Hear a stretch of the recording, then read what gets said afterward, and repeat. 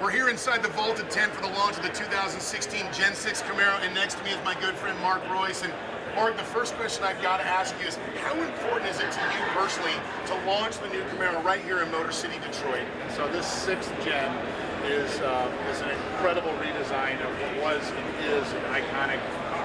We really thought that it was time to do a new architecture for this car and get the mass out of it, still get all the great riding and redo the interior extensively.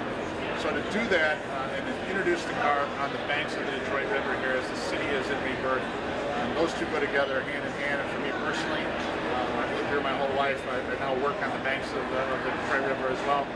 It could be more special to have all the Camaro enthusiasts come down here. Well, I've got to say, all of the customers that are here to check out the new 16 Camaro are literally, they're about to have a siege into this tent.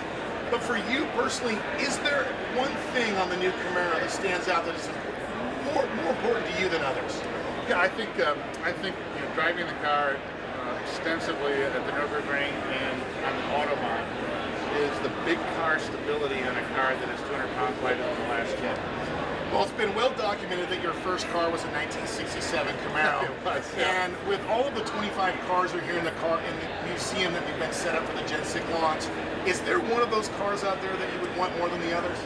You know, for those cars, my dad was chief engineer of the 2nd gen, and I've never owned a 2nd gen.